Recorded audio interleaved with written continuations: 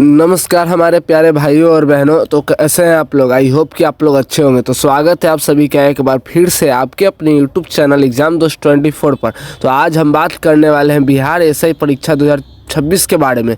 जी हाँ दोस्तों, इसका रिजल्ट डेट कब आएगी, मेंस के लिए क्या सेफ स्कोर रहने वाला है और सभी शिफ्टों का एवरेज स्कोर क्या बताया जा रहा है।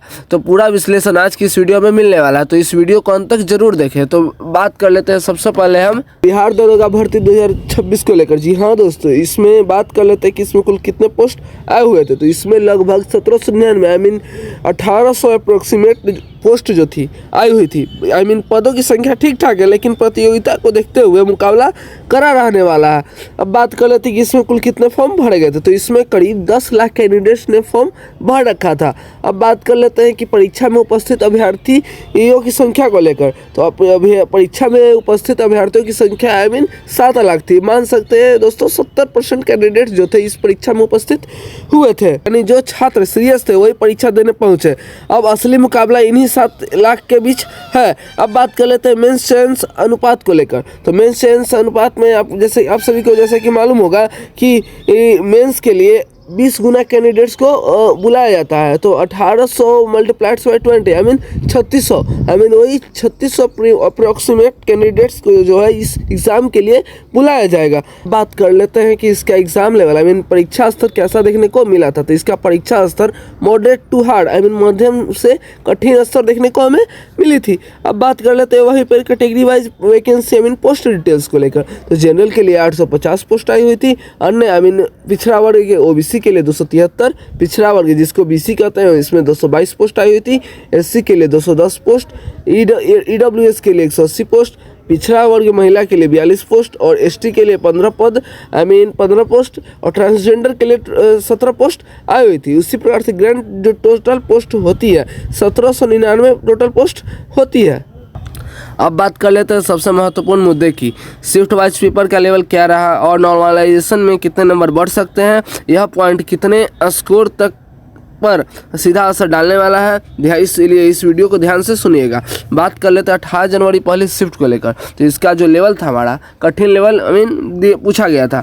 इस शिफ्ट में थोड़ा पेपर टफ था, खासकर जीएस और रीजनिंग ने छात्रों को काफ़ी मजबूर कर दिया था। जी हाँ दोस्तों, रीजनिंग और जीएस में थोड़ा डिफ़िकल्टी क्वेश्चंस देखने को मिली थी। वही बात कर लेते हैं अब 18 जनवरी दूसरी शिफ्ट को लेकर। तो 18 जनवरी दूसरी शिफ्ट में हमारे मॉडरेट क्वेश्चंस पूछे गए थे। जी हाँ दोस्तों, इसमें जो यह शिफ्ट जो है हमारी बैलेंस्ड रही थी। इसमें ना ज़्यादा आसान और ना ज़्यादा कठिन क्वेश्चंस पूछे गए थे।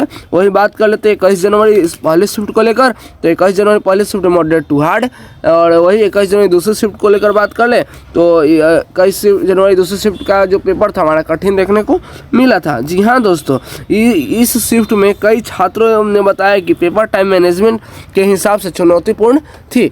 अब वही बात कर लेते हैं नॉर्मलाइजेशन को लेकर कि इसमें कितने नंबर बढ़ने को हमें दिख सकते हैं। तो वही बात कर लेते हैं कठिन शिफ्ट को लेकर। तो कठिन शिफ्ट में 6 नंबर बढ़ने की संभावना बताई जा रही है। वही मध्यम से कठिन मॉडरेट टू हार्ड में 4 से 5 नंबर बढ़ने की संभावना बताई जा रही है। ध्यान रहे, ये अनुमान है पिछले ट्रेंड और पेपर लेवल के आधार पर।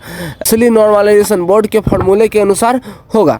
अगर आपका रॉ स्कोर थोड़ा कम है लेकिन आपकी शिफ्ट कठिन थी तो घबराने की जरूरत नहीं है। नॉर्मलाइजेशन के बाद आपका स्कोर बेहतर हो सकता है। अब हम बात कर लेते हैं बिहार दरोगा मुख्य परीक्षा के कुछ खास तथ्यों के बारे में, जो कि आपके सामने विंडो स्क्रीन पर शो हो रही है। इसमें कुल 400 अंकों की परीक्षा होती है, जिसमें 2 पेपर होते हैं। जिसमें पहला पेपर जो होता है हिंदी का होता है, जो कि 100 क्वेश्चन 200 नंबर के, टाइमिंग 2 घंटे दी जाती है। वही पेपर 2 की को लेकर बात कर लें तो पेपर 2 में हमारा सामान्य अध्ययन होता है, जो कि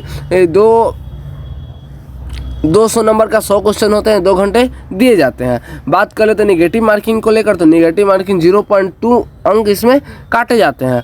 अब बात कर लेते हैं इसमें मुख्य बातें को लेकर। तो टोटल पेपर 1 पेपर 2 मिलाकर टोटल 400 नंबर के कुछ अंक होते हैं। वही इसकी जो प्रकृति है इसमें किस प्रकार के क्वेश्चन पूछे जाते हैं, इसमें ऑब्जेक्टिव टाइप क्वेश्चन पूछे जाते हैं। बात कर लेते हैं हिंदी में कितने अंक लाना अनिवार्य होता है। तो हिंदी में 30% अंक लाना अनिवार्य होता है, लेकिन इसके अंक मेरिट में नहीं जुड़ते हैं, जैसा कि आप सभी को मालूम होगा। अब बात कर लेते हैं मेरिट को लेकर। तो मेरिट में अंतिम मेरिट सूची लेवल पेपर 2 के 200 अंकों के आधार पर बनती है, जो कि पेपर 2 की जो पेपर होती है उसके आधार पर मेरिट जो मेरिट अंक है वो बनती है। अब बात कर लेते हैं कट ऑफ को लेकर कि इस बार हमारी कितनी कट ऑफ जाने की संभावना बताई जा रही है। तो हम बात कर लेते हैं कि इस परीक्षा की एक्सपेक्टेड कट ऑफ के बारे में। जी हाँ दोस्तों, यानी कि इस बार किस कैटेगरी में कुल कितने प्रश्न सही होने पर आपका सिलेक्शन सुरक्षित माना जा सकता है। जी ऐसा कि दोस्तों आप स्क्रीन पर सामने देख रहे हैं, जिसमें जनरल कैटेगरी की बात कर ले सबसे पहले मेल कैंडिडेट्स को लेकर। तो मेल कैंडिडेट्स के लिए हमारे 62 क्वेश्चन जो है अनिवार्य रहने वाले। वही बात कर लेते फीमेल कैंडिडेट्स को लेकर। तो फीमेल कैंडिडेट्स के लिए 60 क्वेश्चन सही होने चाहिए। अब वही बात कर लेते हैं ओबीसी और बीसी कैटेगरी को लेकर। तो ओबीसी और बीसी कैटेगरी के लिए बात कर लेते हैं, इसमें मेल कैंडिडेट्स को लेकर बात कर लेते 58 क्वेश्चंस। वही फीमेल कैंडिडेट्स को लेकर बात कर ले तो 56 क्वेश्चन सही होने चाहिए। वही बात कर लेते ईबीसी और ईडब्ल्यूएस कैटेगरी को लेकर। तो ईबीसी और ईडब्ल्यूएस में मेल कैंडिडेट्स को लेकर बात कर ले तो 55 क्वेश्चन सही होने चाहिए और फीमेल कैंडिडेट्स में 53 क्वेश्चन सही होने चाहिए। वही बात कर लेते एसटी कैटेगरी में मेल कैंडिडेट्स को लेकर। तो एसटी कैटेगरी मेल कैंडिडेट्स में 53 क्वेश्चन सही होने चाहिए और फीमेल कैंडिडेट्स को लेकर बात कर ले तो 50 क्वेश्चन सही होने चाहिए। अब वही हम बात कर लेते हैं एससी कैटेगरी को लेकर मेल कैंडिडेट्स में। तो एससी कैटेगरी मेल कैंडिडेट्स को लेकर बात कर ले तो इसमें 51 क्वेश्चन सही होने चाहिए और फीमेल कैंडिडेट्स में 48 क्वेश्चन सही होना चाहिए।